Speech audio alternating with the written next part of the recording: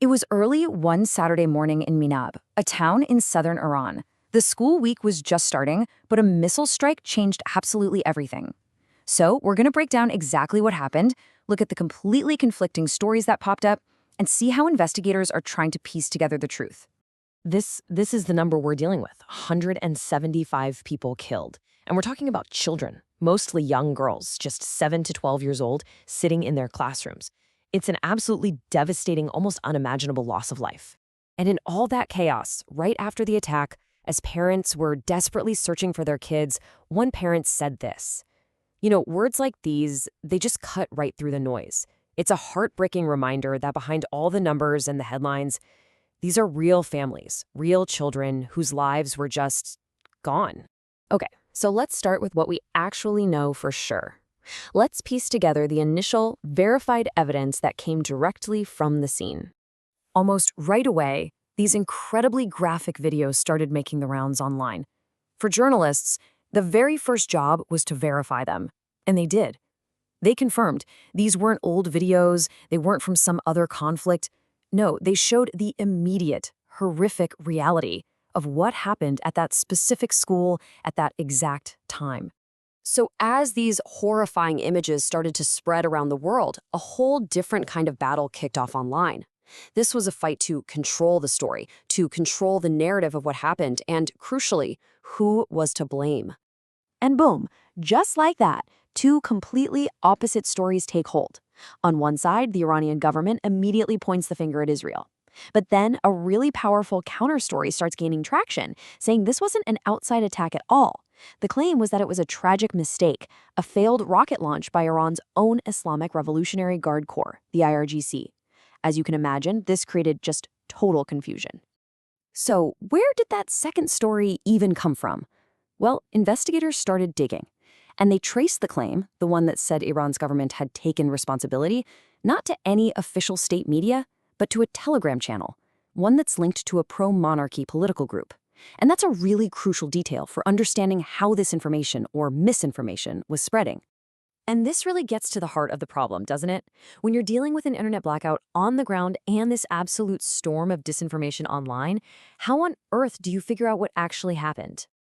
Well, this is where the work of people like investigative journalist Nilo Tabrizy is so essential. They use what's called open source intelligence, basically publicly available information, to methodically, carefully cut through all that noise. And the process is really systematic. First, you verify those videos from the scene.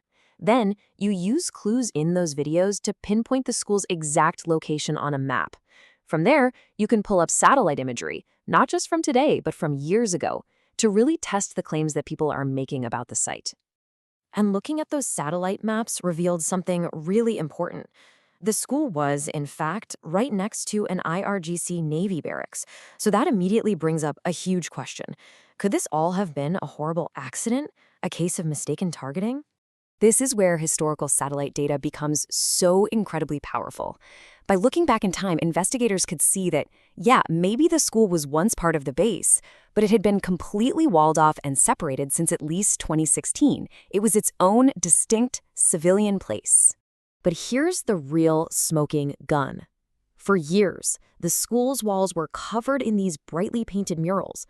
They were so distinct you could see them clearly from space. Any modern targeting system that uses satellite imagery should have had zero trouble identifying this location for exactly what it was, a school full of kids.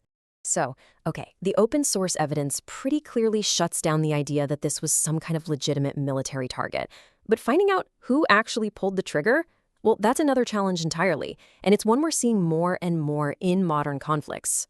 You've basically got this perfect storm of obstacles standing in the way of a definitive answer. The internet blackout means you can't contact eyewitnesses, there are no independent journalists there, and, maybe most importantly, we don't have the two biggest pieces of physical evidence, fragments from the weapon itself or a video of the missile hitting its target. This whole investigation just really highlights the power of OSINT. When you physically cannot get to a location, you can still uncover vital truths by meticulously piecing together all this publicly available data. It's become such an essential tool for trying to get accountability in the world today. And all of this brings us to the tragic, inescapable reality that this attack represents. In any conflict, it's always civilians who end up paying the heaviest price. The international community's response was swift and clear. UNESCO basically reminded the world that schools aren't just buildings, they are protected spaces under international law. Targeting a school isn't a gray area, it's a grave violation, plain and simple. Ultimately, the bombing in Minab is just a devastating, painful example of this truth. You can talk about strategic aims or political goals all you want, but at the end of the day, the outcome was dead children in their classroom. And this quote from the lead journalist, man, it highlights what might be the most disturbing part of this information war. It's not just that there are competing stories. It's the immediate impulse from some people to deny that these civilian deaths even happened at all, to just write them off as propaganda. Which leaves us with this final, really critical thought. This fight over the story in Minab shows that truth is one of the very first casualties in any conflict. And this isn't just about winning some argument online. It's about systematically tearing down the very idea of accountability. Because if we lose our grip on verifiable facts, if we can't even agree that children died, then the path to justice becomes almost impossible to find.